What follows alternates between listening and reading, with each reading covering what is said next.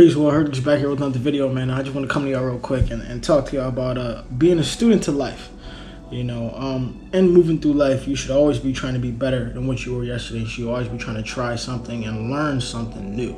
That's one of the pieces to life. What's the point of living life if you think you know it all, or if you've done it all, or you've experienced it all? So being able to be a student to life is key. Well, most would ask, well, what do you mean be a student to life? What does that look like? What do I have to do? Describe my roles and responsibilities of me being a student. And the first thing I would say is humility. And that's something in which personally I struggle with myself. I pride myself on knowing a lot of information, on being knowledgeable, on being able to hold a conversation and to know many different things and to be well versed in my areas of studies, which is like psychology and fitness and mental health and therapy and things of that nature. But, I kind of find myself getting to a point to where it's like, I think I know it all. And that's a dangerous frame of mindset to have, because if you already think you know it all, you close yourself off to new opportunities and learning new lessons and new aspects about life. So I definitely cut myself off in that aspect, but I definitely try to be mindful of my thoughts and my actions at all times. And I try to wake up and be better than what I was yesterday. A model one of my friends taught me is to wake up to be a better version of yourself. And one thing I learned from Jordan Peterson, which is a clinical psychologist, he speaks on not comparing yourself to anybody else, but comparing yourself to who you were yesterday. Each day should be a gradual improvement from the next, trying to achieve a goal, whatever your goal might be, whether it be personally, financially, professionally, academically, whatever your goals are. Each and every day you should be moving or taking steps and actions and have planned out things to where that gets you closer to that goal. And that's what I try to do. And it's definitely a slow race, especially me being in school. It's just trying to take it day by day, focus on one assignment at a time, one thing at a time, one paper at a time. Instead of me just envisioning myself already getting to that goal, I have to definitely take pride in the walk to getting to where I need to be. And in the field that I want to go into, which is mental health and psychotherapy and counseling and things of that nature, I have to be open and willing to learn and to hear people's stories and to learn a new perspective and to not have such a narrow perspective on life, but to open myself up. But to open myself up, I have to be humble and willing to take in new information. So in me waking up to be better than what I was yesterday, or being a better person, or being a student to life, I try not to discount anybody. I try to learn and make myself available to everybody. Like, the biggest thing I try to do is make myself available. And how I do that is when I go to the gym. That's probably the most social place that I go to is, gym, school, and work. Only 3 places that I go. But I try to say hi to everybody. I try to talk to everybody, especially the elders. Elders got a lot of wisdom. At the time I go at like 3, 4 in the morning, there's nothing but mainly older people there.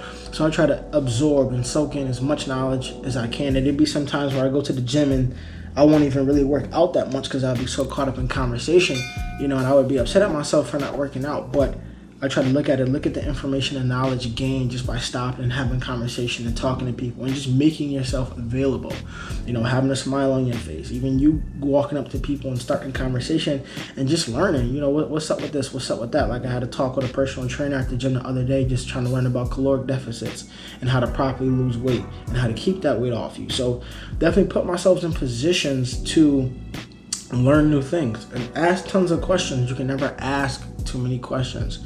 Now, I know there's a debate about a stupid question. I do think there is a such thing as a stupid question, but I think we should ask questions to try to gain as much information as possible and being open to new ways of thinking. Sometimes you may have to update your schemas. Maybe your schemas might be outdated, but you won't know that unless you open yourself up to new possibilities and keeping the mindset of being a student to life. And like I said, it starts with you being humble to being able to take in new information from many different sources. I believe everybody has a story and everybody has something to teach. You can learn the value of $1 from a homeless man is what I always say. Why? Because he doesn't have it. His money is very scarce. So when he does get it, we're going to assume that he does the right thing from it. You can learn money management from a millionaire, things of that nature. I definitely try to open myself up and submit to people who are in a position to where I want to be. So when I talk to doctors or nurse practitioners or nurses or, whatever or psychologist. I try to open myself up and ask as many questions as possible and listen to the guidance that they give. You know, maybe you want to try this route. Maybe you want to do this. Have you thought about that? And not to say that they're trying to discourage me from the path that I'm on, but just giving me different opportunities and different possibilities that I can make a reality. You know, opening up my narrow frame of reference and way of thinking to something much broader. So that way I can take in more, I can see more. I didn't know about this opportunity. I didn't know about this research or this internship or this job. I didn't know about this career choice that I can go into that aligns more with the things that I want to do than what I thought aligned with what I wanted to do. But I wouldn't have gotten the information if I wasn't humble and I wasn't willing to submit myself to people who are more experienced and more knowledgeable than I am. I think the word submission in America has a very negative connotation to it, but submission generally is just giving into a superior power.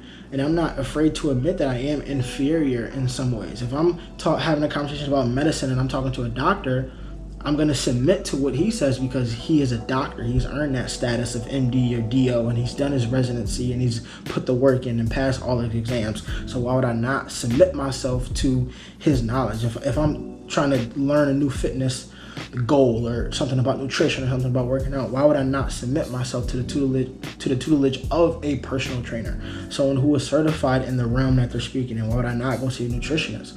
So I have to be willing to submit to their will and to what they say to learn new things, but that comes with being humble. And also, again, focus each and every day on being the best versions of yourself, to being a student of life and learning as much as possible. Appreciate your time. Peace and blessings. Don't forget to like, comment, share, subscribe. Have a good day.